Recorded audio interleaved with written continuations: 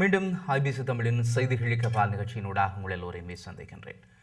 இன்றைய தினம் கடந்த வாரத்தில் ஒரு நிகழ்ச்சியில் நாங்கள் பேசுகின்ற வேளையிலே திரு சுரேஷ் பிரேமச்சந்திரன் இணைந்து கொண்டு தமிழ் கட்சிகள் மீளவும் கூட்டாவதற்கான ஒரு முயற்சி இடம்பெறுவது தொடர்பான பல கேள்விகளுக்கான தெளிவுபடுத்தல்களை தந்திருந்தார்.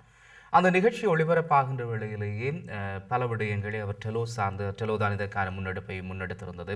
இதில் பல கேள்விகளுக்கு டெலோ பதிலளிக்க வேண்டும் என்கின்ற கருத்தை முன்வைத்த வேளையில் அவர் குறிப்பிட்ட சில விடயங்கள் தவறானவை, அவர் புரிதல் இல்லாமல் சில கருத்துக்களை முன்வைக்கின்றார் என்கின்ற தகவலோடு அந்த நிகழ்ச்சி ஒளிபரப்பாகின்ற தருணத்திலேயே டெலோ தரப்பில் இருந்து அழைப்புகள் எங்களுக்கு வந்திருந்தன. அதிலேயும் டெலோவினுடைய பேச்சாளர் திரு சுரேனுடைய பங்களிப்பும் மிக முக்கியமாக இருந்தது. அந்த வகையில் சுரேன் பல தெளிவுபடுத்தல்களையும் அவரிடம் கேட்ட கேள்விகளுக்கு டெலோதான் பதில் சொல்ல வேண்டும் என்று சொல்லியிருந்தார் தானே, அந்த கேள்விகளுக்கான பதில்களையும் வழங்குவதற்காக இன்றைய தினம் இந்த நிகழ்ச்சியிலே அதிதியாக இணைந்து கொள்கிறார். வணக்கம் சுரேன். வணக்கம் சதீஷ். மீண்டும் ஒரு முறை உங்களோடு இணைந்து கொள்வதற்கு ஐபிசி நேயர்களையும் சந்தித்துக் கொள்வது மீளவும் உங்களை இணைத்துக் கொள்ள வேண்டிய ஒரு தேவை ஏற்பட்டிருக்கிறது. காரணம், கடந்த வாரம் திரு சுரேஷ் பிரேமச்சந்திரன் அவர்கள் குறிப்பிட்டிருக்கக்கூடிய கருத்துக்கள் உண்மையில நீங்கள் அந்த செவ்வியை முழுமையாக பார்த்துருப்பீங்க. அதில் நிறைய மறுதளிப்புகளையும் நீங்கள் சொல்லியிருந்தீர்கள். சில ஒரு குழப்பகரமான ஒரு செய்தியைத்தான் மற்ற கட்சிகளுக்கு கொடுத்து அழைப்பை மேற்கொண்டிருந்ததா இந்த கட்சிகளினுடைய கூட்டுக்கு? சதீஷ், எங்களுடைய கடிதத்திலே மிக தெளிவாக நாங்கள் வாயால் அழைத்தால் இப்படியான குழப்பகரமான கருத்துக்கள் வரும், தொலைபேசியில் அழைத்தால் வித்தியாசமான அர்த்தங்கள் கொள்ளப்படும் என்பதனாலே எழுத்து வடிவத்திலே நாங்கள் அந்த கடிதத்தை அனுப்பியிருந்தோம். அந்த கடிதத்திலே மிக தெளிவாக நாங்கள் கூறியிருந்தோம், இன்று இருக்கக்கூடிய அரசியல் சூழ்நிலைகளிலே எங்கள் மீது அரசாங்கம் சேர்த்து கட்டவிழ்த்து விட்டிருக்கின்ற பல விடயங்களை நாங்கள் எப்படி ஒருமித்த குரலிலே அல்லது ஒருமித்த நிலைப்பாட்டிலே அவற்றை எதிர்கொள்வது என்பதற்கான ஒரு ஆரம்ப கட்ட கலந்துரையாடலுக்கு தான் நாங்கள் கூறியிருந்தோம். அதில் கட்சி கட்டமைப்புகள், தலைமை பதவிகள், தேர்தல் நோக்கங்கள் எதுவுமற்ற ஒரு பொது நிலைப்பாட்டிலே நாங்கள் எப்படி செயலாற்ற முடியும் என்பதற்கான ஆரம்ப கட்ட கலந்துரையாடல் என்பதுதான் எங்களுடைய நோக்கமும் அப்படியானதுதான் எங்களுடைய தெளிவான கோரிக்கையும் நாங்கள் முன்வைத்திருந்தோம். எந்த கட்டத்திலும் நாங்கள் கூட்டாகவோ அல்லது குழப்புகின்ற விடயமாகவோ எந்த கருத்தையும் நாங்கள் தெரிவித்திருக்கவில்லை. அந்த கடிதத்தை சரிதாக படிப்பவர்களுக்கு அதில் ஒரு தெளிவான நிலைப்பாடு நிச்சயமாக ஏற்பட்டது. ஆனால் ஏன் இப்போது இந்த முயற்சி? நீங்கள் பார்த்திருப்பீர்கள் சதீஷ், இப்பொழுது இந்த காணி அபகரிப்பு நடைபெற்றுக் கொண்டிருக்கிறது. தொல்லியல் மற்றும் சுகாதாரம், சுற்றுச்சூழல், உல்லாசத்துறை, பல காரணங்களை காட்டி இன்றைக்கு காணி அபகரிப்பு நடைபெற்றுக் கொண்டிருக்கிறது. இதெல்லாம் குடியேற்றத்தை நோக்கியதாகத்தான் காணப்படுகிறது. அதே போன்று மாகாண சபை செயலற்றிருக்கின்ற நேரத்திலே மாகாண சபைக்குரிய அதிகாரங்கள் பறிக்கப்படுகிறது.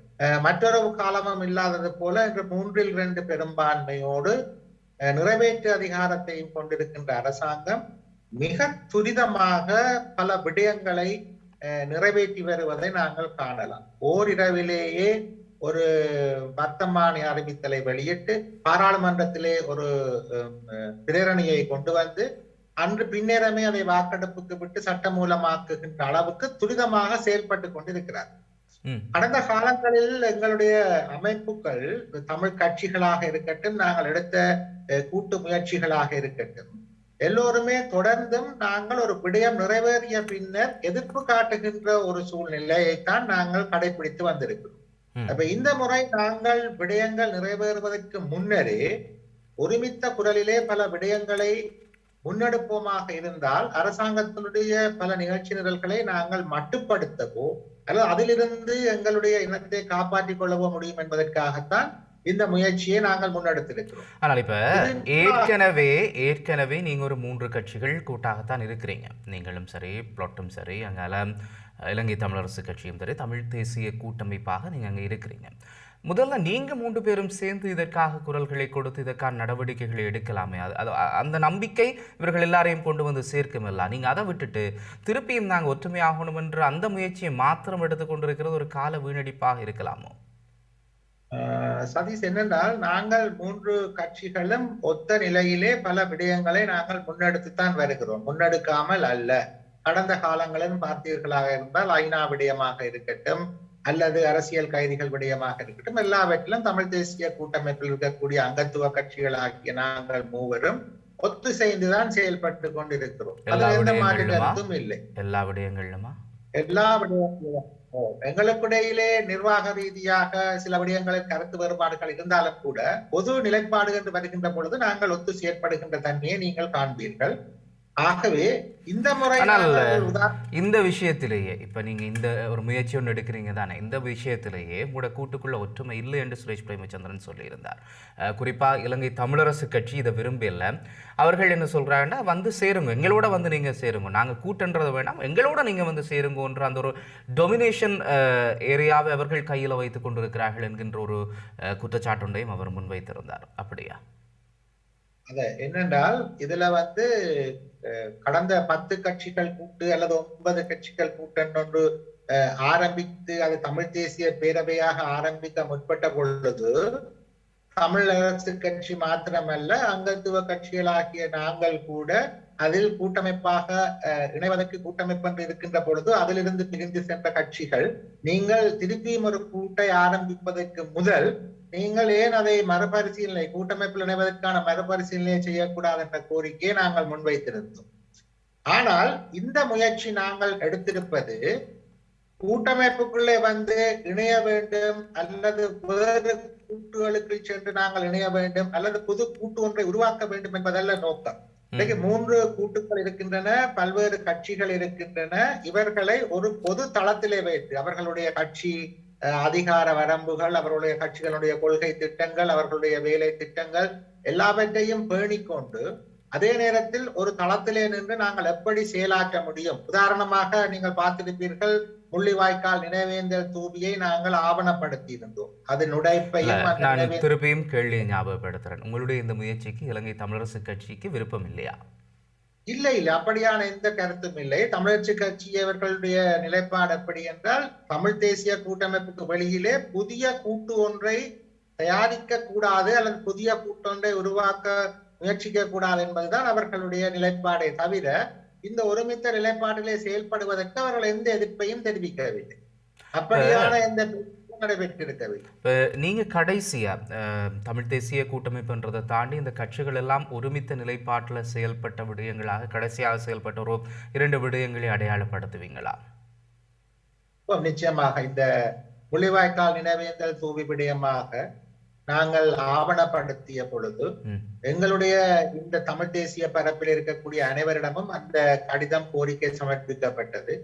கஜேந்திரகுமாரோடைய தமிழ் தேசிய மக்கள் முன்னணி தவிர்த்த மற்ற எல்லா கட்சிகளும், மனோ கணேசனுடைய அவர்களுடைய மலைய மக்கள் முன்னணி உட்பட அனைவரும் சேர்ந்து இதில் கையொப்பமிட்டு ஒருமித்த நிலைப்பாட்டை எடுத்து நாங்கள் அதை ஆவணப்படுத்தி அந்த ஐநாவிற்கு தெரிவிப்பதற்கான வேலை திட்டத்தை முன்னெடுத்திருந்தோம். அப்ப இது வெற்றியளித்த பிறகுதான் நாங்கள் இந்த கட்சி முரண்பாடுகளை தவிர்த்து கொண்டு செயலாற்றக்கூடிய இந்த பொறிமுறை சிறப்பாக செயற்படும் என்பதனாலே தான் அடுத்த கட்ட நகர்வாக இந்த மற்ற கட்சிகளையும் இணைத்து கொண்டு நாங்கள் ஒரு தளத்திலே இருந்து ஏன் ஒட்டுமொத்தமாக இந்த குரலை கொடுக்க முடியாது என்ற ஒரு நிலைப்பாட்டுக்கு நாங்கள் வந்திருக்கிறோம். அந்த நிலைப்பாடுதான் மக்களாகி எங்களுக்கும் இருக்கேன்டா. முள்ளிவாய்க்காலினுடைய அந்த நினைவு தூபி கேட்க நீங்கள் யாரும் இது மாதிரி பேசிக்கொள்ளல. அங்கே தமிழ் மக்களுக்கான ஒரு அநீதி நடக்கிற வேளையில் அத்தனை கட்சிகளிலும் இருந்தவர்கள் வந்து நின்றீங்க, அத்தனை பேருமே குரல் கொடுத்துருங்க, அத்தனை பேருமே எதிர்த்து நின்றீங்க. அதை மாதிரி மக்களுக்கான பிரச்சனைகளில் நீங்கள் ஒற்றுமைப்பட்டு வந்து மக்களுக்காக நிற்பதற்கு இது மாதிரியான ஒரு கூட்டொன்று தேவையில்லை தானே சுரேன்? அது தானாக சேர்க்கும் இல்லையா? நாங்கள் கூட்டை முன்னெடுக்கவில்லை, இதான் இதுல இருக்கிற பிரச்சனை. நாங்கள் ஒரு கூட்டை தயாரிக்கிறோம் என்று பலர் சிந்திக்கிறார்கள். கூட்டல்ல, வருமுன் காப்போமாக பல விடயங்களை முன்னெடுக்க வேண்டி இருக்கிறது. உதாரணமாக 13ஆம் திருத்தத்தின் அடிப்படையிலே தேர்தல் நடத்தப்பட வேண்டும் அல்லது மாகாண சபை அதிகாரங்களை முழுதாக பகிர்ந்தளித்த ஒரு தேர்தல் நடத்தப்பட வேண்டும் என்ற ஒரு கோரிக்கை நீண்ட நாளாக இருந்து வருகிறது. ஆனால் இன்று வெளிநாடுகள் அதற்கான அழுத்தம் கொடுத்திருக்கின்றன, மனித உரிமை பேரவையிலும் அதற்கு அழுத்தம் கொடுக்கப்பட்டிருக்கிறது. ஆனால் குறை எப்படி இருக்கிறது என்றால், உள்ளக பரப்பிலே அந்த குரல் பலமாக ஒலிக்கவில்லை. என்பதுதான் குற்றச்சாட்டாக இருக்கிறது. அரசாங்கமும் அந்த விடயத்தை சுட்டிக்காட்டி தப்பித்துக் கொள்ள பார்க்கிறது. 13 எங்களுடைய தீர்வு அல்ல. ஆனால் இந்த அதிகார பகிர்வுக்காக நாங்கள் ஒருமித்த குரலிலே இதை செயற்பாட்டை முன்னெடுப்பதற்கு நாங்கள் தூவி இடித்த பின்னர் நாங்கள் அதில் வந்திருந்து கோஷம் போடுவது தொடர்ந்தும் பல காலமாக நடைபெற்று வருகிறது. அதை தாண்டி இப்பொழுது தேர்தல் முறையிலே ஒரு மாற்றத்தை கொண்டு வர முயற்சி செய்கிறார். இந்த தேர்தல் முறை மாற்றம் சம்பந்தமாக நாங்கள் ஒருமித்த நிலையிலே எப்படி குரல் கொடுக்க முடியும் என்ற விடயங்களை ஆராய்வதற்கும் அதற்கு ஒருமித்த நிலையிலே நாங்கள் குரல் கொடுப்பதற்குமான ஒரு வேலை திட்டத்தை அடையாளப்படுத்துவதற்கு இந்த முயற்சி உதவும் என்பதால் தான் நாங்கள் இதை முன்னெடுத்திருக்கிறோம். அந்த முயற்சிக்கு யார் யாரை நீங்க கூப்பிட்டு இருந்தீங்க? நாங்கள் அந்த முயற்சிக்கு திரு விக்னேசன் அவருடைய அணியைச் சேர்ந்த ஆரம்ப கட்டமாக விக்னேசன் அவருடைய கூட்டு கட்சியாகிய தமிழ் தேசிய மக்கள் கூட்டணியையும் அதே போன்று தமிழ் தேசிய மக்கள் முன்னணியையும் தமிழ் தேசிய கூட்டமைப்பில் இருக்கக்கூடிய அங்கத்துவ கட்சி தலைவர்களையும் நாங்கள் அழைத்திருந்தோம்.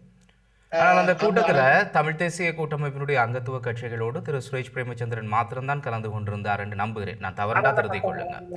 அவர் கலந்து கொண்டிருந்தார். தமிழ் தேசிய மக்கள் கூட்டணி சார்பாகவா கலந்து கொண்டிருந்தார் அல்லது தனியாக?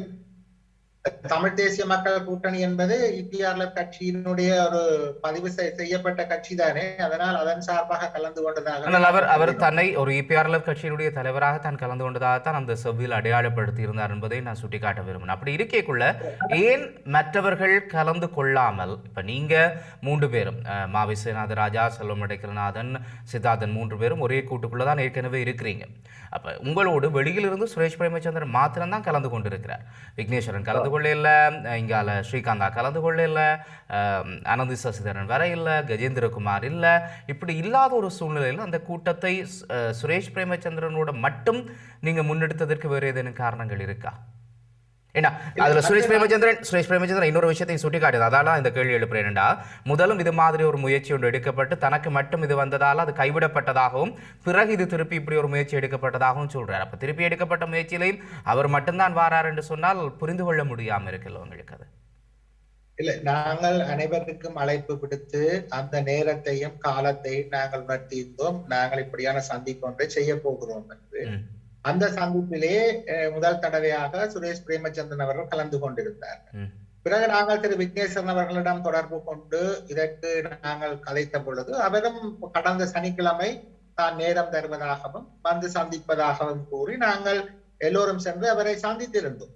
அப்ப கடந்த சனிக்கிழமை அந்த கூட்டம் நடைபெற்றது. அதில் நாங்கள் ஓரளவுக்கு ஒருமித்த நிலைப்பாட்டில் செயற்படுவதற்கான ஆரம்ப கட்ட ஒரு என்ன சொல்வது ஒரு இணக்கப்பாட்டுக்கு நாங்கள் வந்திருக்கிறோம்.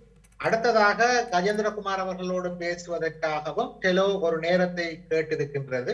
அந்த சந்திப்பு விரைவில் நடைபெற இருப்பதாக எங்கள் தலைவர் எங்களுக்கு தெரிவித்திருந்தார். அந்த சந்திப்பும் நடைபெறுகின்ற பொழுது இறுதியாக எல்லோரையும் அரவணைத்துக் கொண்டு அல்லது எல்லோரோடும் சேர்ந்து செயலாற்றக்கூடிய ஒரு சந்தர்ப்பம் கிடைக்கும் என்பது எங்களுடைய நிலைப்பாடு. பொதுவாக இப்படியான வேலை திட்டங்களை முன்னெடுக்கின்ற பொழுது ஆரம்பத்திலேயே எல்லோரும் வந்து விடுவதில்லை, கட்டம் கட்டமாகத்தான் பலர் வந்து இணைந்து கொள்வார்கள். ஆகவே அதை நாங்கள் பொறுமையோடு அவர் வரவில்லை இவர் வரவில்லை என்று கைவிடாமல் தொடர்ந்தும் நாங்கள் அதை முயற்சி செய்து வெற்றிகரமாக நடத்துவதுதான் எங்களுடைய பணியாக இருக்கும். ஒரு கூட்டத்துக்கு ஒழுங்கு செய்கிறீங்க, அந்த கூட்டத்துக்கு யார் யார் வரப்போயணும்ன்றது கூட்டம் நடைபெறுவதற்கு முதலே உங்களுக்கு தெரிவிக்கப்பட்டிருக்கு. அப்படி தெரிவிக்கப்பட்டிருக்கக்கூடிய நிலையில மற்ற யாருமே வர இல்லை, சுரேஷ் பிரேமச்சந்திரன் மாத்திரம்தான் வரார். அதுக்கு பிறகு நீங்க சொல்றீங்க விக்னேஸ்வரனோட சனிக்கிழமை தனியாக டெலோ சந்தித்திருந்தீங்க என்று சொல்லி. அப்ப டெலோ மற்ற கட்சிகளோடு ஒரு பேச்சுவார்த்தைக்கான முயற்சி எடுக்கிறதா, ஒரு கூட்டாக இல்லாமல் டெலோ மாத்திரம் இதை முன்னின்று நடத்துவதற்கான முயற்சி எடுக்கிறதோ? இல்லை, நாங்கள் எங்களுக்கு இதிலே ஒரு லாபம் அல்லது ஒரு பெயர் கிடைக்க வேண்டும் என்பதற்காக அல்ல. நாங்கள் இந்த கோரிக்கையை முன்வைத்த பொழுது முதலாவது கூட்டத்தில் கலந்து கொள்வதாக திரு விக்னேஸ்வரன் அவர்கள் எங்களுக்கு உறுதியளித்திருந்தார், நீதியரசர் விக்னேஸ்வரன் அவர்கள். ஆனால் இறுதி நேரத்திலே அவர் கலந்து கொள்ளவில்லை. அதற்கான காரணங்களும் தெரிவித்திருக்கவில்லை எங்களுக்கு. இன்றைக்கு வரைக்கும் சொல்லலையா அதற்கான காரணம்? அந்த காரணத்தை தெரிவித்திருக்கவில்லை. ஆனால் இருந்தாலும் நாங்கள் சளைக்காமல் பிறகு கடந்த சனிக்கிழமை சென்று திரு விக்னேஸ்வரன் அவருடைய கூட்டணியைச் சேர்ந்த அங்கத்துவ கட்சிகளின் பிரதிநிதிகள் அதே போன்று எங்களுடைய கட்சியினுடைய பிரதிநிதிகளும் சென்று நாங்கள் சந்தித்திருந்தோம். அது அடுத்த கட்டமாக கஜேந்திரகுமார் அவர்கள் எந்த பதிலுமே எங்களுக்கு அனுப்பவில்லை. வருகிறேனா வரவில்லையா என்று கூட பதில் அனுப்பவில்லை. இருந்தாலும் நாங்கள் எங்களுடைய முயற்சியை கைவிடாமல் தொடர்ந்தும் அவரை அணுகி நாங்கள் இதற்கான ஆதரவை கோருகிறோம். இந்த முயற்சி ஒரு பக்கம் ஒற்றுமைப்பட வேண்டும், அதில் மாற்று கருத்து இல்லை. எல்லா கட்சிகளும் மக்களினுடைய பிரச்சனைக்காக சேர்ந்து நிற்க வேண்டும் என்பதும் பலர் எதிர்பார்க்கிற விஷயம். ஆனால் அரசியல்வாதிகள் எப்போவுமே ஒரு சந்தேக கண்ணோடு பார்க்க வேண்டி இருக்குது. என்ன செய்கிறது, கடந்த காலங்களினுடைய அனுபவங்களும் நீங்கள் எல்லாருமே மக்களுக்கு கொடுத்திருக்கக்கூடிய பரிசுகளும் அப்படித்தான் எண்ண வைக்குது. அதனால் இந்த கேள்வியை முன்வைக்க வேண்டிய சூழ்நிலை எனக்கும் இருக்கு. அப்படி என்றால் தமிழ் தேசிய கூட்டமைப்புக்குள்ள கடந்த காலங்களில் பல பிணக்குகள் நிர்வாக ரீதியாக இருக்குது. அதை நீங்கள் இப்போவும் ஒத்துக்கொண்டிருந்தீங்க. அது இதுவரைக்கும் பதிவு செய்யப்படலைன்றதுல இருந்து நான் நினைக்கிறேன் நீங்கள் கூட கடந்த சில மாதங்களுக்கு முன்னர் தமிழ் தேசிய கூட்டமைப்பினுடைய பேச்சாளராக சுமந்திரன் தொடர்ந்து இருக்கிறதுக்கு நாங்கள் இடம் கொடுக்க மாட்டோம், அதுக்காக குரல் கொடுப்போம், பிளாட்டும் நாங்களும் சேர்ந்து ஒரு சூழ்நிலை வந்தால் வெளியில் வருவோம் என்கின்ற கருத்துக்களை கூட டெலோ பிளாட் போன்றவை முன்வைத்திருந்த ஒரு நிலையில் இப்போ இந்த முயற்சிகளின் மூலமாக தமிழ் தேசிய கூட்டமைப்பினுடைய தலைமைத்துவத்தையோ அல்லது தமிழ் தேசிய கூட்டமைப்பில் தனக்கான ஒரு அதிகாரத்தை பெற்றுக்கொள்வதற்கான ஒரு முயற்சியாக நான் இப்படியெல்லாம் செய்வேன், அந்த சின்ன பிள்ளைகளுக்கு விரட்டு காட்டுற மாதிரியான ஒரு முயற்சியை சில எடுக்கிறதா என்கின்ற ஒரு சந்தேக பார்வையும் இருக்கு. அதை நீங்க தான் தெளிவுபடுத்தும். சதீஷ், அந்த விதமான எந்த நோக்கமோ பின்னணியுமோ இந்த முயற்சியில் இல்லை. ஏனென்றால் நாங்கள் இதில் தமிழரசு கட்சி, பிளாட், டெலோ, அதே போன்று இபிஆர்எல்எஃப், மற்றது விக்னேஸ்வரன் அவர்களுடைய கூட்டணி போன்ற எல்லா கட்சிகளையும் நாங்கள் ஒரு பொது தளத்திலே செயலாற்றுவதற்காகவும் அது சம்பந்தமான எந்தெந்த விடயங்களில் நாங்கள் பொது நிலப்பாட்டை எட்ட முடியும் என்று அந்த விடயங்களை அடையாளப்படுத்தி அதன் அடிப்படையில் செயல்படுவதற்காகத்தான் நாங்கள் முயற்சி செய்கிறோம். இது ஒரு தேர்தல் கூட்டாகவோ அல்லது எந்த விதமான ஒரு அரசியல் கூட்டுக்கான முயற்சியுமோ அல்ல. மற்றது இப்ப அண்மையில நீங்கள் பார்த்தீர்கள் என்றால் எந்த விதமான தேர்தல்களும் பெறுவதற்கான சாத்தியக்கூறு இல்லை. குறிப்பாக இந்த கூட்டுக்கள் அல்லது ஒற்றுமை குலைந்து போவதற்கு முக்கிய காரணம் தேர்தல் காலங்களில் கூட்டுக்கள் ஏற்படுத்தப்படுகின்றன தேர்தல் நோக்கத்தோடு. பின்னர் அந்த தேர்தல் காலங்கள் முடிவடைந்த பின்னர் அந்த கூட்டுக்கள் சிதறி போகின்ற வரலாற்றை நாங்கள் காணுகிறோம். அப்ப அதில் தவிர்த்துக் கொள்வதற்காகத்தான் இந்த ஒருமித்த நிலைப்பாடு என்ற செயற்பாட்டை நாங்கள் முன்னெடுப்பதற்கு முயற்சித்திருக்கோம். அது தனிப்பட இந்த அரசியல் இலங்கையில் இருக்கக்கூடிய தமிழ் தேசிய அரசியல் கட்சிகள் மாத்திரமல்ல, தெற்கில் இருக்கக்கூடிய ஆதரவு சக்திகளையும் காலப்போக்கில் இணைத்துக் கொள்ள எங்களுக்கு அவகாசம் கிடைக்கும் என்று நினைக்கின்றேன். அதே போன்று சர்வதேசத்தில் இருக்கக்கூடிய எங்களுடைய புலம்பெயர் உறவுகளினுடைய ஆதரவையும் அவர்களையும் ஒருமித்து ஒரு குரலிலே நாங்கள் அழைத்து செல்வதற்கான ஒரு வழிமுறையாகவும் இது அமையும் என்பதுதான் எங்களுடைய எதிர்பார்ப்பு. தேர்தல் காலம் இல்லை, அதனால் கூட்டிலேன்னு நீங்கள் சொல்கிறீங்க. ஆனால் நான் சுரேஷ் பிரேமச்சந்திரனுக்கு சொன்னது தான் உங்களுக்கும் சொல்ல விரும்புகிறேன். தேர்தல் நெருங்குற நேரத்தில் ஒரு 3 மாதத்துக்கு முதல் 4 மாதத்துக்கு முதல் திட்டமிட்டு தேர்தலை சந்திப்பதனால தான் பல இடங்களில் கடந்த காலங்களில் தமிழ் பிரதித்துவத்தை நாங்கள் இழக்க வேண்டிய சூழலும் வந்தது. உண்மையில் தேர்தல் என்பது அதுக்கு ஒரு 5 வருஷம் இருக்கு என்று சொன்னால் தேர்தல் முடிஞ்சு அடுத்த நாள் பதவியேற்ற காலத்திலிருந்து மக்களுக்கான படியையும் தங்களுடைய கட்சிகள் சார்ந்த நிர்வாகத்தையும் சரியாக வைத்திருக்கக்கூடிய கட்சிகள் தான் உலகளாவிய ரீதியில் தேர்தல் தேர்தல்களையும் வெற்றி பெற்றிருக்கு. எனவே அதுவும் எங்களுடைய அரசியல்வாதிகள் அங்கிருப்பவர்கள் நீங்கள் அதில் இன்னும் கொஞ்சம் கவனம் செலுத்த வேண்டும் என்பது மக்கள் எதிர்பார்க்கிற ஒரு விஷயம் கூட. நாங்கள் இன்னும் 4 வருஷம் இருக்குது, 3 வருஷம் இருக்குது, இது தேர்தல் கூட்டணி இல்லை என்று நீங்கள் சொல்வது கூட ஒருவேளை பலவீனமா என்றதையும் நாங்கள் சுட்டி காட்ட வேண்டிய ஒரு சூழல் இருக்குது. ஏனென்று சொன்னால் தேர்தல் கூட்டணி என்பது இன்னொரு வகையில் நீங்கள் அப்ரோச் பண்ணினாலும் ஆனால் தேர்தலையும் இலக்காக கொண்டு நகர வேண்டிய தேவை இருக்குன்னா கடந்த காலங்களில் இருந்த மக்கள் பிரதிநிதிகளை தொடர்ந்து நடந்து கொண்டு வார் அந்த மக்கள் பிரதிகளை தக்க வைக்கிறதுக்கு இப்போவே அதற்கான வியூகங்களை வகுத்து செயல்பட வேண்டிய தேவையும் தொடர்ச்சியாக இருக்குது. ஆனால் இன்னொரு விஷயமும் இப்போ எங்களுக்கு கேள்வி ஆளுது. அப்படின்னா திருப்பி நாங்கள் எல்லாரும் ஒற்றுமைப்பட்டு குரல் கொடுக்கணுன்ற விஷயத்துக்கு போகிறோம். நீங்கள் கூப்பிடுற சுரேஷ் பிரேமச்சந்திரனோ, அனந்தி சசிதரனோ, ஸ்ரீகாந்தாவோ, சிவாஜிலிங்கமோ, விக்னேஸ்வரனோ, கஜேந்திரகுமாரோ, கஜேந்திரனோ யாராக இருந்தாலும் சரி, இவை எல்லாருமே இந்த கூட்டுக்குள்ளேருந்து வெளியில் போனாக்கள் தான். போகைக்குள்ள கொள்கை ரீதியாக மாறுபட்டு தங்களுடைய செயல் ரீதியாக மாறுபட்டு வெளியில் போனாக்களாக தான் இருக்கிறோம். அப்போ வெளியில் போனவர்களை திருப்பி உள்ளே கொண்டு வருவதற்கான முயற்சி என்கின்ற ஒரு விடயம் நாங்கள் ஒரு விஷயத்தை இருக்கிறத வச்சுக்கொண்டு செய்து முடிக்காமல் ஒரு காலத்தை வீணடிக்கிறதுக்கு மேலே ஒரு சாட்டு போக்கு சொல்கிறதுக்குமான ஒரு முயற்சியாக என்ன டெலோ வருது. இன்னொரு நாங்கள் இப்படியெல்லாம் முயற்சி எடுத்துனாங்க பாருங்கள், அவை எங்களோட வந்து சேரல, நாங்கள்லாம் இதை செயல்படுத்த போகிறோம்னு ஒரு நல்ல பிள்ளைக்கான அங்கீகாரத்தை பெற்றுக்கொள்றதுக்காக கால வீணடிப்பாக இது பார்க்கலாமா என்கின்ற ஒரு கேள்வியும் எழுது. உண்மைதான் சசி, இப்படியான சந்தேகங்களும் எங்களிடம் அந்த சரியான புரிந்துணர்வு இல்லாததுனாலே வருகிறது. இதில் நாங்கள் என்ன செய்ய போகிறோம் என்றால் ஒவ்வொரு கட்சிக்கும் ஒவ்வொரு விதமான கருத்து வித்தியாசங்கள் அல்லது கொள்கை வித்தியாசங்கள் மிகச் சிறிய அளவில் தான் கொள்கை வித்தியாசங்களை வைத்திருக்கிறார். உதாரணமாக நாங்கள் அரசாங்கத்திடம் இப்பொழுது அரசியல் தீர்வு விடயமாக ஒரு ப்ரப்போசலை எல்லா 3 கட்சிகளும் 3 கூட்டணிகளும் முன்வைத்திருக்கிறார். அதை பார்த்தீர்கள் என்றால் அதோட இறுதி வடிவம் சமஷ்டி சுயாட்சி என்று பேசப்பட்டாலும் இறுதி வடிவம் கிட்டத்தட்ட சமஷ்டியினுடைய அடிப்படையில் அமைந்ததாகத்தான் இருக்கு. ஒரு சில மைனர் விஷயங்கள்ல தான் அதுல வித்தியாசங்கள் ஏற்பட்டிருக்கிறது. அப்ப இந்த ப்ரொபோசலை இந்த கோரிக்கையை நாங்கள் 3 கட்சியும் ஒன்றாக சேர்ந்து முன்வைத்திருக்கலாம். நிச்சயமா அப்ப வைத்திருந்தால் இதனுடைய குரல் பலமாக ஒலிக்கும். இப்பொழுது அரசாங்கம் தேர்தல் முறையை மாற்றுவதற்கு முயற்சிக்கிறார். இதனால் தமிழர்களுடைய பிரதிநிதித்துவம் வடக்கு கிழக்கில் மாத்திரமல்ல, குறிப்பாக அம்பாறை திருகோணமலை போன்ற மாவட்டங்களில் முற்றுமுழுதாக இழந்துவிடக்கூடிய ஒரு சந்தர்ப்பம் ஏற்பட போகின்றது. இது சம்பந்தமான ஒரு கோரிக்கையை நாங்கள் ஒருமித்த நிலைப்பாட்டிலே கட்சிகளுடைய அவர்களுடைய கொள்கை வெளிப்பாடுகளுக்கு அப்பாலே நாங்கள் இவற்றை முன்வைக்க கடமைப்பட்டிருக்கிறோம். மாகாண சபை அதிகாரங்கள் மாகாண சபை செயலற்றிருக்கின்ற நிலைமையிலே பறிக்கப்பட்டுக் கொண்டிருக்கிறது.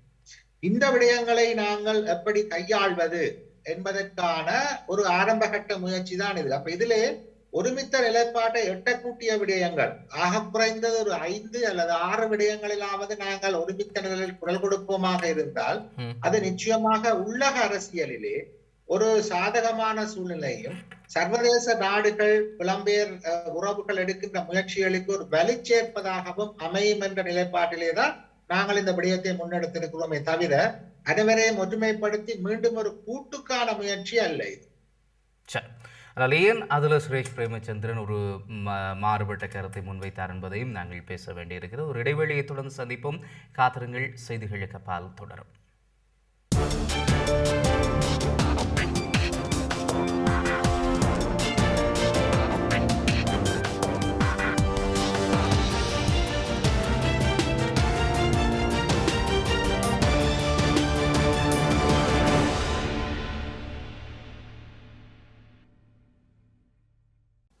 இடைவெளியை தொடர்ந்து மீளவும் செய்திகளுக்கு பால் நிகழ்ச்சிகளை சந்திக்கிறோம். இன்றைய தினம் செலோவினுடைய பேச்சாளர் திரு சுரேன் இணைந்து கொண்டு அண்மைக்கால தமிழ் கட்சிகளினுடைய ஒருமித்த செயல்பாட்டுக்கான முனைப்பு எடுக்கப்பட்டது. அதில் இருக்கக்கூடிய சின்ன சின்ன பிணக்குகள் அல்லது அதில் வந்திருக்கக்கூடிய கேள்விகளுக்கான விளக்கங்களை தந்து கொண்டிருக்கிறார். சுரேன், நீங்கள் இடைவெளிக்கு முன்னர் 2 விஷயங்களை சொன்னீங்க. ஒருமித்த நிலைப்பாட்டில் ஒரு 5-6 விஷயங்களில் நாங்கள் வந்தாலும் இப்போ போதுமானதாக இருக்கும் என்று சொன்னீங்க. எப்படியான நிலைப்பாடுகள் ஒருமித்த நிலைப்பாடு வர வேண்டும்? அந்த 5-6 வரைக்கும் ஏதோ ஒரு ப்ரியோரிட்டி நீங்கள் கொடுத்துருப்பீங்க, இது வந்தால் பொருத்தமாக இருக்க வேண்டும். அப்படி என்னென்ன விடயங்களுக்கான முன்னுரிமை கொடுக்கப்பட்டிருக்கு? நாங்கள் என்ன முன்னுரிமை கொடுப்பதற்காக இதான் ஆரம்ப கட்ட கலந்துரையாடல் ஈடுபட்டிருக்கிறோம் சதீஷ். இப்பொழுது விக்னேஸ்வரன் அவர்களோடு ஒரு இணக்கப்பாடு வந்த பின்னர் நாங்கள் எந்தெந்த விடயங்களில் ஒருமித்து பயணிக்கலாம் என்ற விடயத்திலே ஒரு பட்டியலை தயாரிப்போம், எல்லோரும் சேர்ந்து என்ற ஒரு நிலைப்பாட்டுக்கு வந்திருக்கிறோம். இப்ப அந்த என்ன இணக்கப்பாடு உங்களுக்கும் விக்னேஸ்வரனுக்கும் விடையில இப்ப வந்திருக்கு? நாங்கள் ஒருமித்த நிலைப்பாட்டிலே செயற்படுவதற்கான ஒரு ஆரம்ப கட்ட பட்டியல் ஒன்றை தயாரித்து என்னென்ன விடயங்கள் நீங்கள் கேட்டது போல என்னென்ன விடயங்களில் நாங்கள் ஒருமித்து செயலாற்ற முடியும் அல்லது செயலாற்றக்கூடிய சூழல் இருக்கும், எங்களுக்கு கொள்கை முரண்பாடுகள் இருக்கின்ற விடயங்களில் விலகிக் கொள்ளலாம், இல்லாவிட்டால் பொதுவாக பேசுகின்ற விடயங்களில் நாங்கள் எப்படி ஒருமித்து நிற்க வேண்டும் என்ற விடயங்களை பட்டியலிட்டு நாங்கள் அதை எப்படி கையாளலாம் என்பதற்கான ஒரு வேலையை ஆரம்பிக்குமாறு கூறியிருக்கின்றார். அதே போன்று இப்பொழுது கஜேந்திரகுமார் அவர்களையும் நாங்கள் சந்திக்கின்ற பொழுது அவர்களுக்கும் சில சந்தேகங்கள், சில கருத்து விரோதங்கள் கூட்டமைப்பாக இருக்கின்றது. ஆகவே கூட்டமைப்பாக இந்த முயற்சியை நாங்கள் எடுக்காமல் விட்டதுக்கு காரணமும் அதுதான். கூட்டமைப்பு என்கின்ற பொழுது அதிலிருந்து அவர் வெளியேறியபடியினாலே கூட்டமைப்புக்குள்ளே வருவதற்கு நம்பிக்கை இல்லை, பல குழப்பங்கள் இருக்கிறது என்பதனாலே நாங்கள் ஒரு கட்சிகளாக அவருக்கும் ஒரு இடைவெளியை கொடுத்து நீங்கள் விலகி நிற்கக்கூடிய விடயங்களில் விலகி நின்று கொண்டு ஒத்து போகக்கூடிய விடயங்களில் நீங்கள் ஒத்து நின்று எங்களுக்கு ஆதரவு கொடுக்கலாம். ஆக குறைந்தது அந்த நல்ல விடயங்களை முன்னெடுக்கின்ற போது விமர்சனங்களை தவிர்த்துக் கொள்ளலாம் என்ற ஒரு நிலைப்பாட்டுக்கு நாங்கள் வருவதற்கு முயற்சி செய்கிறோம். அவரோடும் கலந்துரையாடிய பின்னர் எந்தெந்த விடயங்களில் நாங்கள் ஒருமித்த நிலைப்பாட்டை எட்ட முடியும் என்ற இறுதி பட்டியலை நாங்கள் தயாரித்து அந்த வேலை திட்டத்தை நாங்கள் மக்களுக்கு அறிவிப்போம். இந்த விடயங்களில் நாங்கள் பொதுவான ஒரு வேலை திட்டத்தில் இணைய சம்மதித்திருக்கிறோம் என்று. அதன் பின்னர் காலத்தின் தேவை கருதி எதிர்காலங்களில் ஏற்படக்கூடிய விடயங்களில் கூட நாங்கள் எப்படி ஒருமித்த நிலைப்பாட்டில் செயலாற்றப் போகிறோம் என்பதை அதன் அடுத்த கட்ட வளர்ச்சியாக நாங்கள் முன்னெடுக்க முடியும் என்பது எங்களுடைய எதிர்பார்ப்பு. இவ்வளவு தெளிவாக நீங்கள் சொல்லிக்குள்ள நான் நினைக்கிறேன் மக்கள் பிரச்சனைன்னு வந்தால் எல்லா மக்கள் பிரச்சனையிலையும் நீங்கள் ஒருமித்து நிற்பீங்கன்ட்டு. நிர்வாக ரீதியாக சில மாறுதல்கள் இருக்கலாம், ஆனால் மக்களுக்கு ஒரு பிரச்சனை என்று சொன்னால் டெலோ உட்பட அத்தனை கட்சிகளும் ஒருமித்து நிற்கும் என்கிற ஒரு நம்பிக்கையை நீங்கள் விதைக்கிறீங்க. அண்மை காலத்தில் கடந்த வாரம் நீங்கள் முழுமையாக இந்த செவ்வியை பார்த்தவர் என்கிற ரீதியில் சுரேஷ் பிரேமச்சந்திரனும் கேட்ட அதே கேள்விதான்.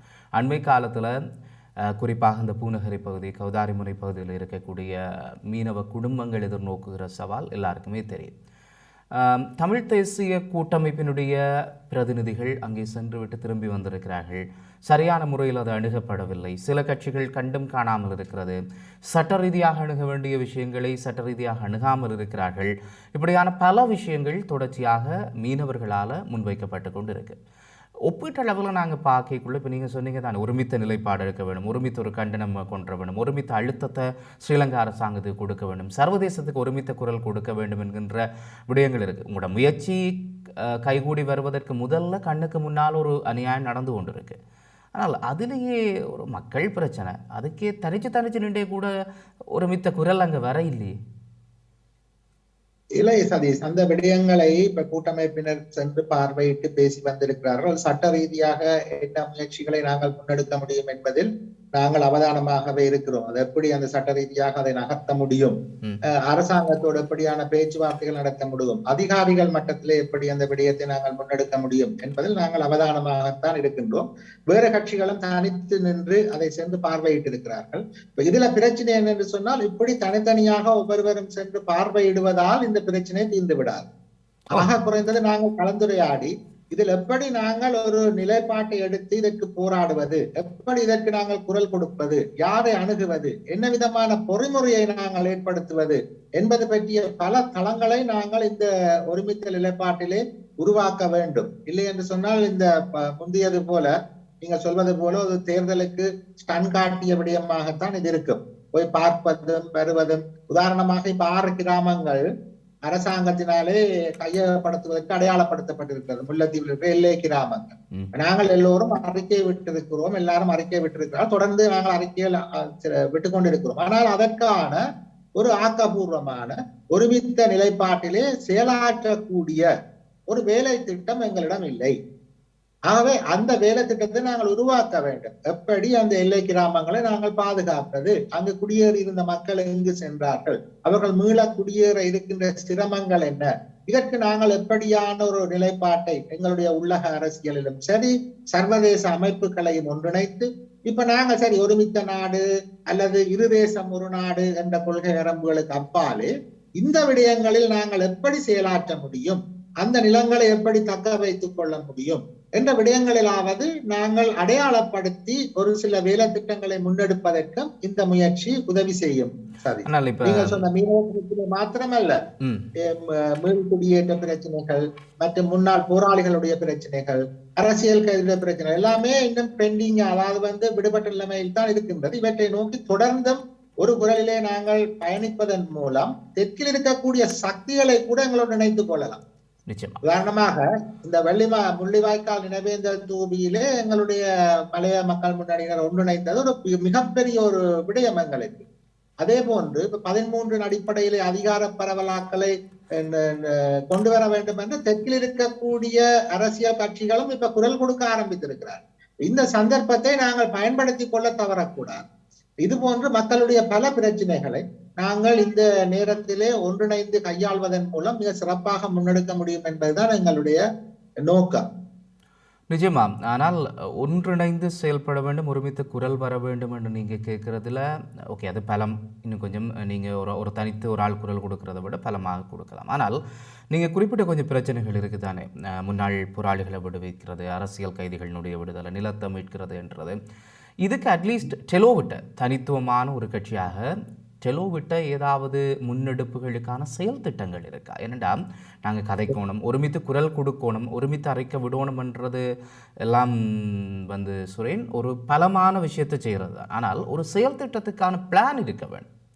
அது இருந்தால் மட்டும்தான் அதை இன்னும் பலப்படுத்த முடியும். இந்த ஒற்றுமைகள் எல்லாம் அது இல்லாமல் நாங்கள் ஒற்றுமைப்படுறோம்ன்றதுல பிரயோசனம் இல்லை. அப்போ என்ன டெலோ வைத்திருக்கிற பிளான் என்ன அதுக்கு?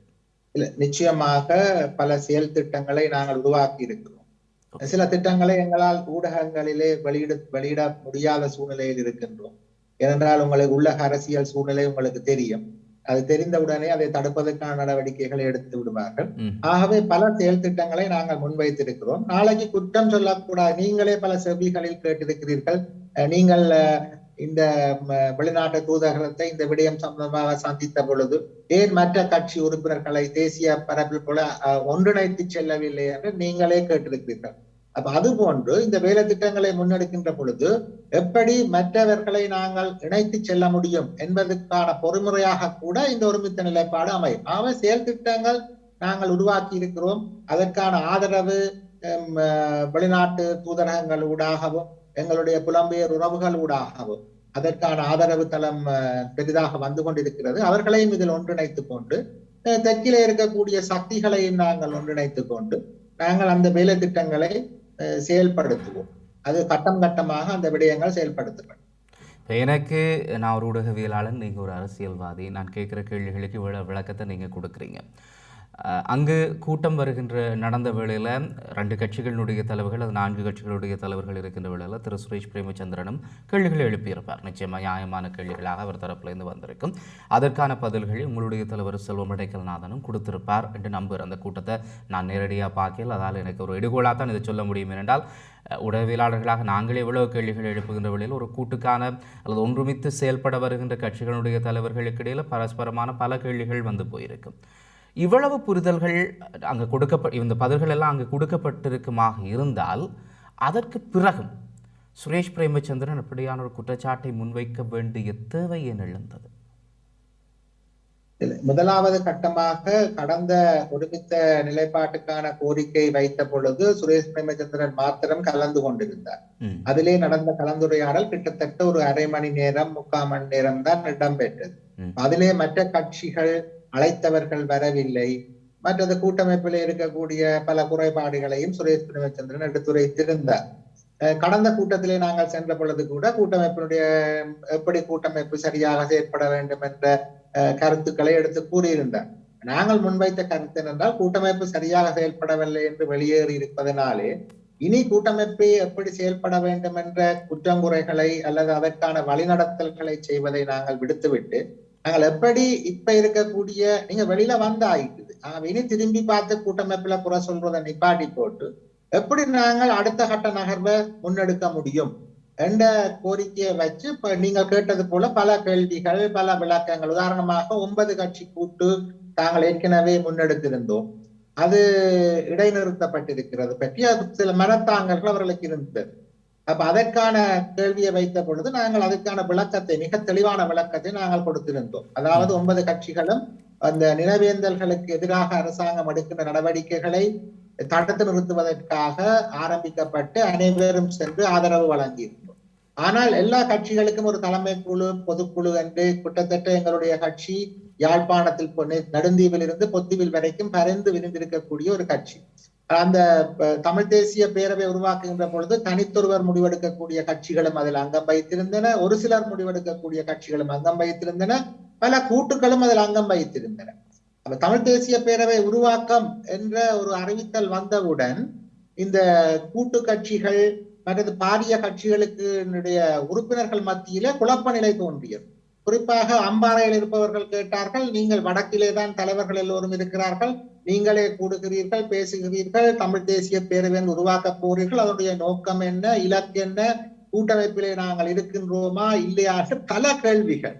அப்ப அந்த கருத்துக்கள் எல்லாவற்றுக்கும் நாங்கள் சரியான முறையிலே முகம் கொடுப்பதற்கு நாங்கள் சொன்ன கருத்து என்னென்றால், தலைவர்கள் எல்லோரும் இப்பொழுது நாங்கள் கூடி கூடி தலைவர்களோடு பேசி தெளிவுபடுத்துவது போல ஆரம்ப கட்டத்திலே அதை நடத்தி இருந்தால் மிக சில வேளை அந்த 9 கட்சி கூட்டு கூட ஒரு செயல் திட்டத்துக்கு வந்திருக்கலாம். கூட்டாக வேண்டாம் என்றுதான் சொன்னோம். 9 கட்சிகள் என்றால் கிட்டத்தட்ட பல பிரதிநிதிகள் இருந்தார்கள்.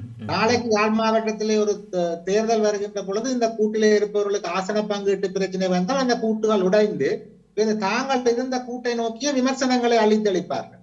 அதற்காகத்தான் நான் கூட்டை விரும்பவில்லை. தமிழ் மக்கள் பேரவை என்பது ஒன்று உருவாக்கப்பட்டது. மக்கள் பாரிய நம்பிக்கையோடு அதை எதிர்பார்த்து காத்திருந்தார்கள். அப்பொழுது அதில் அங்கம் வகித்திருந்த கட்சிகள் பிறகு கடைசியில இன்றைக்கு அதிலிருந்து வெளியே வந்து அந்த பேரவை, தமிழ் மக்கள் பேரவை ஒட்டுமொத்தமாக செயலற்று போய்விட்டது. அப்படியான நிலைப்பாடு கூட்டுக்களை உருவாக்குகின்ற பொழுது வரும். ஆகவேதான் அதை விடுத்து ஒருமித்த செயல்பாட்டில் நாங்கள் முதல் செயல்பட்டு கொண்டு போவோம் என்ற விளக்கத்தை சுரேஷ் பிரேமச்சந்திரன் அவர்களுக்கு வழங்கியிருந்தோம். அதே போன்று அவர் சொன்னார், தமிழரசு கட்சியினுடைய நிலைப்பாட்டில் தான் இந்த அங்கத்துவ கட்சிகள் தொடர்ந்து பயணிக்கும் என்று. தமிழரசு கட்சி முடிவெடுத்திருக்கிறது இந்த பேச்சுவார்த்தைக்கு வரக்கூடாது. நாங்களும் அவர்கள் அப்படி முடிவெடுக்கவில்லை. அவர்கள் ஒரு கூட்டு தயாரிக்க வேண்டாம் என்று முடிவெடுத்திருப்பதாக எங்களுக்கு தெரிவித்திருந்தார்களே தவிர இந்த முயற்சிக்கு அவர்கள் தடை விதிப்பதாக நீங்க சொல்றதை வச்சு பார்க்கையும் சரி, அல்லது சுரேஷ் பிரேமச்சந்திரன் சொன்ன கருத்துக்களை வச்சு பார்க்கையும் சரி, அவர் சில வேளைகளில் தமிழ் தேசிய கூட்டமைப்புக்குள்ள தன்னை அல்லது தான் சார்ந்திருக்கக்கூடிய கட்சியை இணைத்துக் கொள்றதுக்கு விரும்புகிறாரோன்றது தெரியல. விரும்புகிறார் என்று வைத்துக்கொண்டால், அப்படி நீங்கள் உணர்றீங்கன்னா அதையும் சொல்லுங்க. அப்படி விரும்புகிறார் என்று வைத்துக்கொண்டால் மீளவும் தமிழ் தேசிய கூட்டமைப்பை பலப்படுத்துவதற்காக இந்த வெளியிலே சென்ற கட்சிகளை இணைத்துக் கொள்வதற்கான ஏதாவது எண்ணங்கள் இருக்கிறதா இப்ப இருக்கிற இந்த 3 கட்சிகளுக்கும்? அதான் நான் சரி, இது எந்த கூட்டுக்கான முயற்சியும் அல்ல. ஆனால் காலப்போக்கிலே இப்பொழுது நீங்கள் கதைத்துக் கொண்டு இந்த ஒருமித்த நிலைப்பாட்டை எடுக்கின்ற பொழுது சில வேளை அதுல இருக்கக்கூடிய கட்சிகள் தங்களுக்குள்ளே ஒரு கூட்டை கூட உருவாக்கி கொள்வதற்கு சந்தர்ப்பம் அமையலாம். ஏனென்றால் ஒரு பகை உணர்வோடு அல்லது குற்றங்குறைகளோடு பிரிந்து நிற்கக்கூடிய கட்சிகள் ஒரு தளத்திலே இருந்து பேசி தங்களுடைய கருத்துக்களை தெளிவுபடுத்துகின்ற பொழுது அவர்களுக்கு இடையிலேயே சில வேளை சில கூட்டுக்கள் உருவாக வாய்ப்பு இருக்கிறது. தேர்தல் நேரத்தில் அது எப்படி அமையும் என்று தெரியாது. அல்லது இருக்கக்கூடிய கூட்டுக்கள் உடைந்து போகின்ற சந்தர்ப்பம் வரலாம் கருத்து முரண்பாடுகளினால். ஆகவே எப்படி இது செயல்பட போகிறது என்பதை நாங்கள் இது முதல் தரமாக நாங்கள் அந்த ஒருமித்த நிலைப்பாடு என்று வருமுன் காப்போம் என்ற விடயத்தை முன்னெடுப்பதற்காக இந்த முறை முயற்சி எடுத்திருக்கிறோம். இது கூட்டாகத்தான் பெற வேண்டும் என்ற எதிர்பார்ப்பும் சில பேருக்கு இருக்கின்றது. இது ஒருமித்த நிலைப்பாடு என்று பயணிப்பதை விட இதை எப்படியாவது ஒரு கூட்டாக ஆக்கிவிட்டால் அது நல்லாக இருக்கும் என்பது கூட பலருடைய முயற்சியாக இருக்கிறது. அவர்களுடைய நியாயப்பாடுகள் அதில் இருக்கின்றது.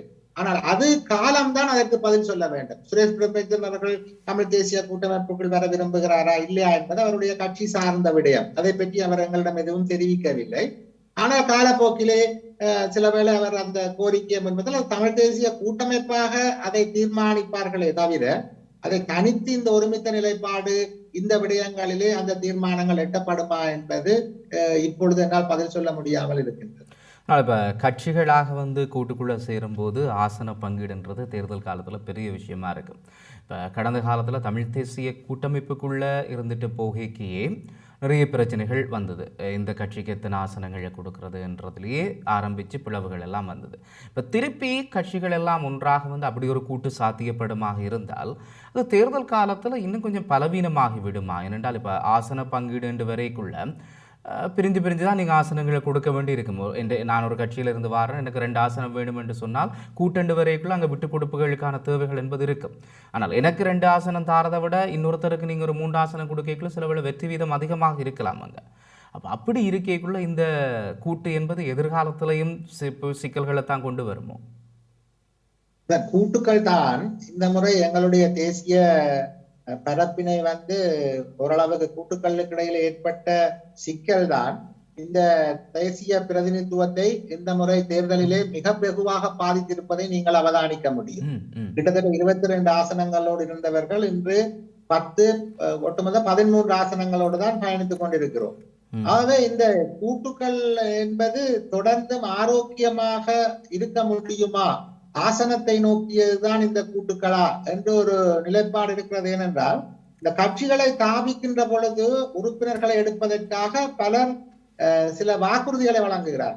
நீங்கள் எங்களுடைய கட்சியில் இணைந்து கொள்ளுங்கள், அடுத்த முறை பாராளுமன்ற தேர்தலில் நீங்கள் வேட்பாளர்கள், அதே போன்று மாகாண சபை தேர்தலில் நீங்கள் வேட்பாளர்கள்.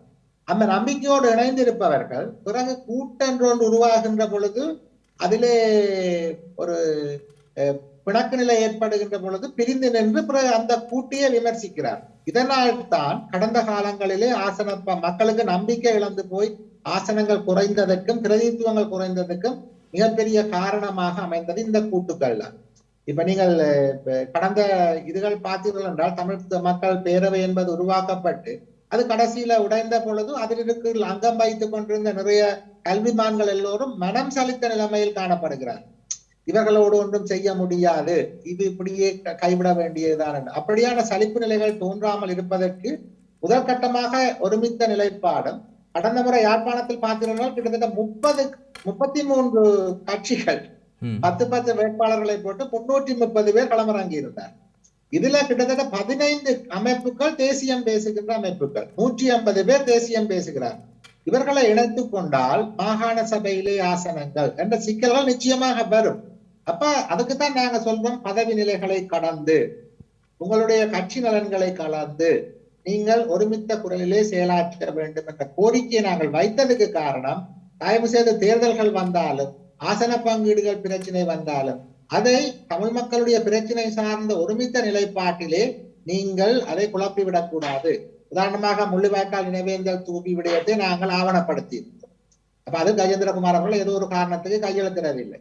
ஆனால் அது ஒரு நல்ல விடயம். அதை ஆவணப்படுத்தியதுனால இன்றைக்கு ஐநா மனித உரிமை ஆணையாளர் தன்னுடைய அறிக்கையிலே ஒரு 4 வரி பந்தி அறிக்கையிலே இதை குறிப்பிட்டிருக்கிறார். தொடர்ந்தும் இந்த விடயங்கள் நினைவேந்தல் விடயங்கள் தடுக்கப்படுகிறது, இந்த மானியூமெண்ட்ஸ் எல்லாம் உடைக்கப்படுகிறது என்று தெரிவித்திருக்கிறார். இது நாங்கள் அந்த ஆவணப்படுத்தியதால வந்த விடயம், இது ஒரு நல்ல விடயம். ஆனால் நீங்கள் அவர்களுடைய கட்சி உறுப்பினருடைய பேட்டியை பார்த்தால் இந்த ஆவணப்படுத்தியது கொலை குற்றத்துக்கு சமமானது போல விமர்சிக்கிறார். இது ஒரு தவறான வழிநடத்தல் மக்களுக்கு. அப்ப இப்படியான விமர்சனங்கள் அற்று நல்ல விடயங்களை நல்ல விடயங்களாக பார்த்து உங்களுடைய தேர்தல் நோக்கங்களை தாண்டி நல்ல விடயங்களை நல்ல விடயங்களாக பார்த்து பயணிக்க வேண்டிய அவசியத்தை கோரித்தான் நாங்கள் இந்த கடிதத்தையும் அனுப்பி இருந்தோம். கட்சி நலன்கள் தேர்தல் நோக்கங்களை தவிர்த்து நாங்கள் மக்கள் நலனை மாத்திரம் சிந்தித்து ஒருமித்து செயலாற்ற வேண்டும் என்ற கோரிக்கை தான் அதில் முன்னெடுக்கப்பட்டிருக்கிறது. இப்போ தமிழ் மக்களினுடைய பிரதிநிதிகள் என்பதை தாண்டி தமிழர் பிரதேசத்தில் இருந்து வாக்களித்து தெரிவு செய்யப்பட்டிருக்கின்ற பிரதிநிதிகள், அது நாடாளுமன்ற உறுப்பினர்களையும் கவனத்தில் கொள்ள வேண்டிய தேவை இருக்கவே. எந்த கட்சியில் இருக்கணும்ன்றது ஒரு புறம் இருந்தாலும், இப்போ நீங்கள் குறிப்பிடக்குள்ள அதிகமான கட்சிகள் சார்ந்து வடக்கில் தான் சொன்னீங்க. கிழக்கில் இருக்கிற கட்சிகளோடு பெரிய அளவில் எதையும் சொல்லலை. கிழக்கில் இருக்கின்ற இப்போ ஒரு பக்கத்தில் பார்த்தால் பிள்ளையான் போன்றவர்களுக்கு அதிகப்படியான வாக்குகள் கிடைத்தது. வியாழேந்திரன் போன்றவர்கள் தொடர்ந்தும் அங்கே அமைச்சர்களாக பிரதி அமைச்சர்களாக தொடர்ந்து வரக்கூடிய வாய்ப்புகளை எல்லாம் காண முடியுது. அப்போ அவர்களோடும் இது போன்ற கலந்துரையாடல்களை இனி வருகின்ற காலங்களிலே செய்வீர்களா? அவர்களோடும் ஏதாவது புரிந்துணர்வுகள் வருமா? சதீஷ், இப்ப எங்களுடைய மக்களினுடைய இந்த பிரச்சனைக்கான ஆதரவு சக்திகளை நாங்கள் திரட்டுகின்ற பொழுது தெற்கிலே தேடுகிறோம் ஆதரவு சக்திகளை, வெளிநாடுகளில் கூட நாங்கள் தேடுகிறோம். அதே போன்று இந்த நாங்கள் ஒரு ஒருமித்த நிலைப்பாட்டிலே பயணிக்க முற்படுகின்ற பொழுது, எங்களுக்கு ஒரு இணக்கப்பாடு வருகின்ற பொழுது, அதற்கு ஆதரவு சக்தியாக தமிழ் தரப்பில் இருக்கக்கூடிய மற்ற கட்சிகளும் ஆதரவு தெரிவிக்கும் இடத்தில் அதை நாங்கள் தவிர்த்து விட வேண்டிய தேவையில்லை. அதையும் நாங்கள் ஏற்றுக்கொண்டு ஒரு பலமாக பாவித்துக் கொண்டு போவதுதான் தமிழ் மக்களுக்கு சாதகமாக இருக்கும். குறிப்பாக அரசியல் கைதிகள் விடயத்திலே தமிழ் தேசிய கூட்டமைப்பும் கோரிக்கை வைத்தது, கஜேந்திரகுமாரோட தமிழ் தேசிய மக்கள் முன்னணியும் கோரிக்கை வைத்தது, தமிழ் மக்கள் தேசிய கூட்டணியும் கோரிக்கை வைத்தது, டக்ளஸ் தேவானந்தாவும் கோரிக்கை வைத்தார். ஆகவே நாங்கள் அந்த விடயங்களிலே அவர் கோரிக்கை வைத்ததற்காக அரசியல் கைதிகளை விடுவிக்க கூடாது என்ற நிலைப்பாட்டுக்கு நாங்கள் வரக்கூடாது. அவை இப்படியான போட்டித்தன்மைகள் இல்லாமல் முடிந்த அளவு எங்களுடைய மக்களுடைய விடயங்களை எப்படி நாங்கள் சாதித்துக் கொள்ளலாம் என்பதில் நாங்கள் கருத்துரிமித்து பயணிக்க வேண்டியது நீங்கள் சொல்வது போல ஒரு அவசியமான தேவையாகத்தான் இருக்கிறது. அது இனி காலப்போக்கிலே இந்த ஒருமித்த நிலைப்பாடு தேசிய கட்சிகளுக்குள்ளே எழுகின்ற பட்சத்திலே தான் அடுத்த கட்ட நடவடிக்கைகளை பற்றி அவர்களோடு கலந்துரையாடி நாங்கள் முன்னெடுக்க முடியும். அது உங்களுடைய நல்ல ஒரு கருத்து சார். உங்களுடைய இந்த முயற்சிகள் எந்தளவு தூரம் செல்கிறது, எவ்வளவு வெற்றியளிக்கிறது என்பதை மக்களும் எதிர்பார்த்திருக்கிறார்கள். வருகின்ற காலங்களில் எப்படியான செயல்பாடுகளை அந்த ஒருமித்த நிலைப்பாடு பெற்றுத்தரப் போகின்றது என்பதும் மிகப்பெரிய கேள்வியாகவே இருக்கும். அதற்கான விடைகளை தர வேண்டியவர்கள் நீங்கள் தான். வருகின்ற வாரங்களில் அதற்கான விடைகள் கிடைக்கும் என்று நம்புகின்றோம். இன்று நாளிலே இணைந்து கொண்டு பல விளக்கங்களை தந்ததற்காக நன்றி சுரேன் அவர்களே. நன்றி சதீஷ். இந்த இக்கட்டான இந்த வேலை திட்டத்தை முன்னெடுக்கின்ற பொழுது மக்களுக்கு தெளிவுபடுத்துவதற்காக உங்க ஐபிசி நிறுவனத்தினூடாக நீங்கள் தந்த இந்த சந்தர்ப்பத்திற்கு உங்களுக்கு நன்றி கூறி விடைபெறுகிறேன். நன்றி, வணக்கம். அது டெலோவினுடைய பேச்சாளர் திரு சுரேன் இன்றைய தினம் இணைந்து கொண்டு அண்மை காலத்திலே தமிழ் கூட்டுக்களாக அல்ல தமிழ் கட்சிகள் ஒரு கூட்டாக செயல்படுவதற்கான முனைப்புகளை எடுப்பதில் இருக்கின்ற பிணக்குகள், சிக்கல்கள், அதற்குள் எழுகின்ற கேள்விகளுக்கான விளக்கங்களை தந்திருக்கிறார். மீண்டும் இன்னும் ஒரு நிகழ்ச்சிகளை சந்திக்கலாம். அதுவரைக்கும் விடைபெற்றுக் கொள்கிறோம். நன்றி, வணக்கம்.